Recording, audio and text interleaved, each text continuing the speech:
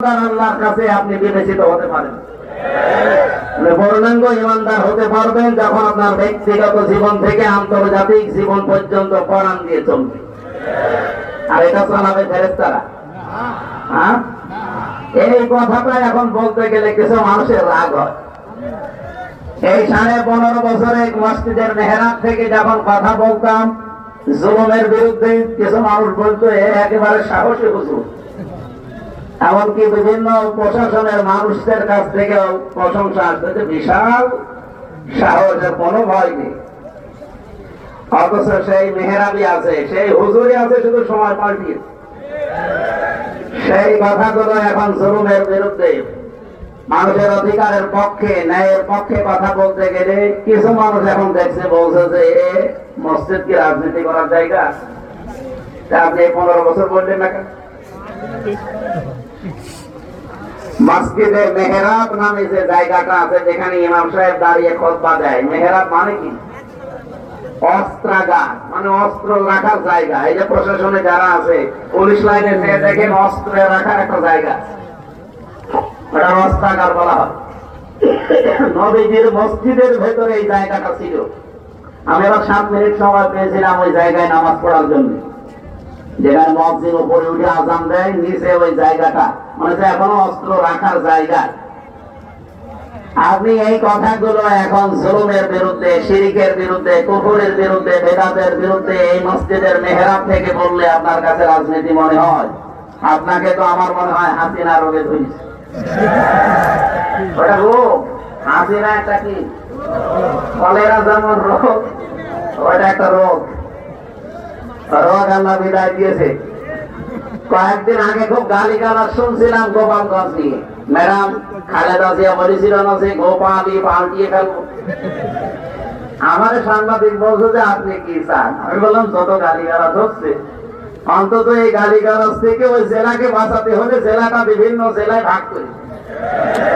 ওইদিকে নড়াইল আছে, এদিকে ফরিদপুর আছে, মাদারীপুর আছে, এখানের মধ্যে 3টা আসন, খুব বড় জেলা না, এত গালিগালাজ না খেয়ে 3 আসন 3 জেলায় ভাগ করে দিন, তাহলে আর কেউ গালিও দেবে না, কারণ জেলায় এই শুনে আপনি ম্যাডাম খালেদা জিয়ার উপরে রাগ করেন না, আমার উপর রাগ করেন কেন? আমি তো বলছি ভাগ করে দিতে, আর উনি তো বলছেন পাল্টিয়ে ফেলবে। উনি যদি থাকতো, এখন আছে, আর যদি সত্যি সামনে চেয়ার পায়, ও জেলার নাম রাখবে? গোপালগঞ্জ আমার মনে হয় গোলাপগঞ্জ বানিয়ে দেবে।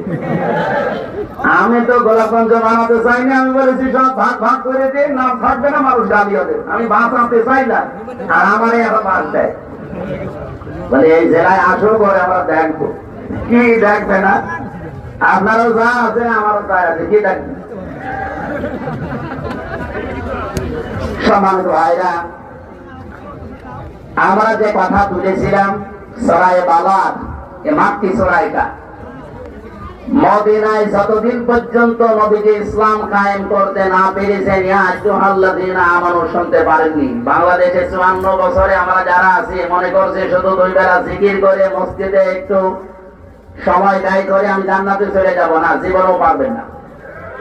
এই আয়াতগুলো তাহলে মিথ্যা হয়ে যাবে। যারা আলেম আছে তাদেরকে আবার অ্যাক্টিভ হওয়ার জন্য বলছে। সূরা বালাদের 11 নম্বর আয়াতে আল্লাহ পাক বলেন, ফালাকতাহামাল আকাবাতা ওয়া মা আদরাকা মাল আকাবা।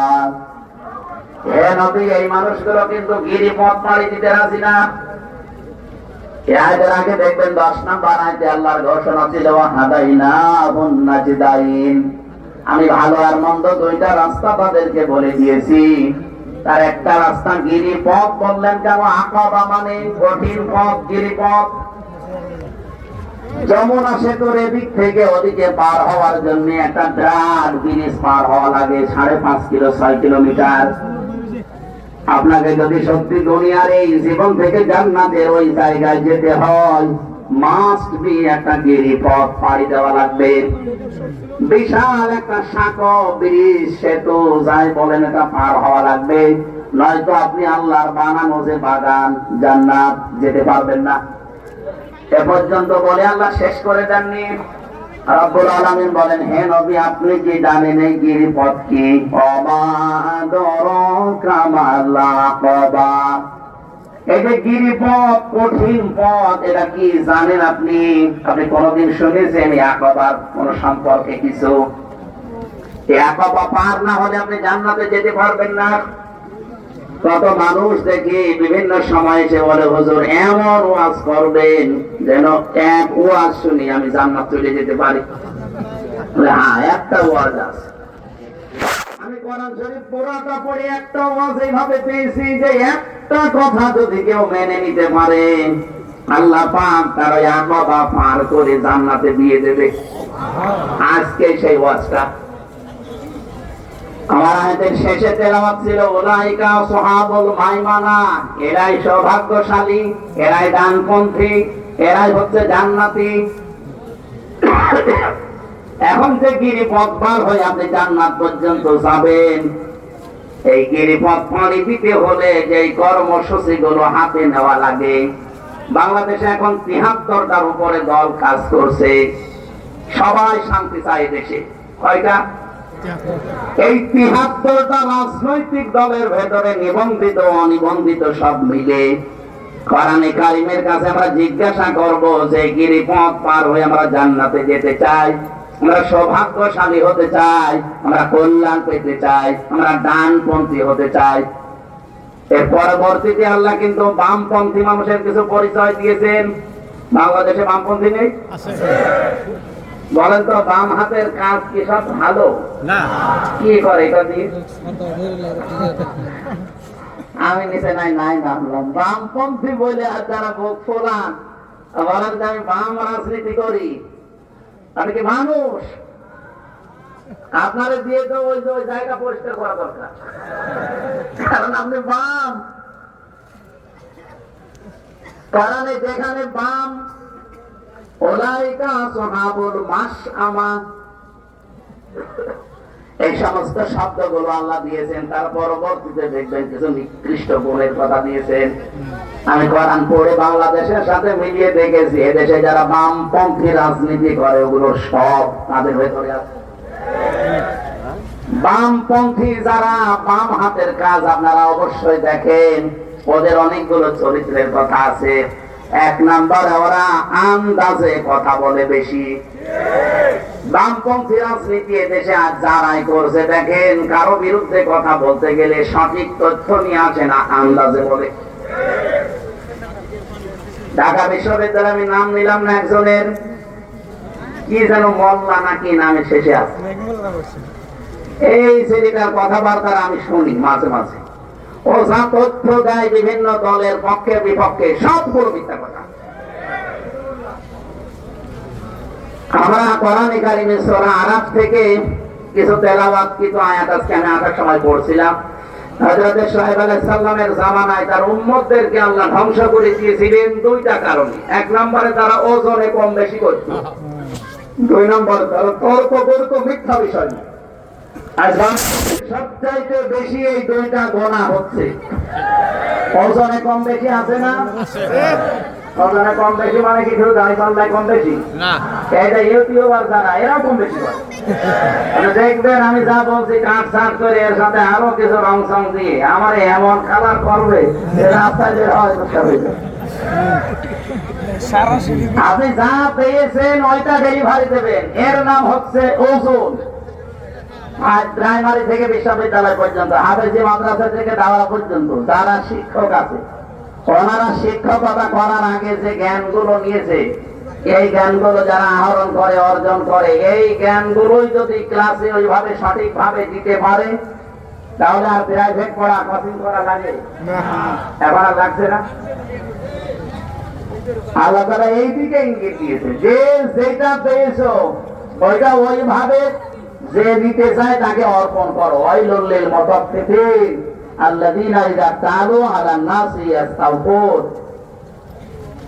ওই মানুষগুলোর জন্য আক্ষেপ ভাবছে ধ্বংস হয়ে যা করা, যারা নেওয়ার সময় বেশি নেয়, দেওয়ার সময়।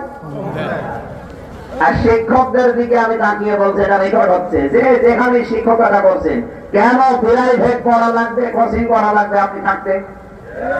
আপনি তো নেওয়ার সময় ঠিক মতো নিয়েছেন, দেওয়ার সময় ওইটা ঠিক মতো দিলে তো আমার ছেলে মেয়েদের প্রাইভেট পড়ানো লাগে, কোচিং করানো লাগে। আপনি তো শিক্ষক এমনি হননি, অবশ্যই এরকম জ্ঞান অর্জন করে শিক্ষক হয়েছেন।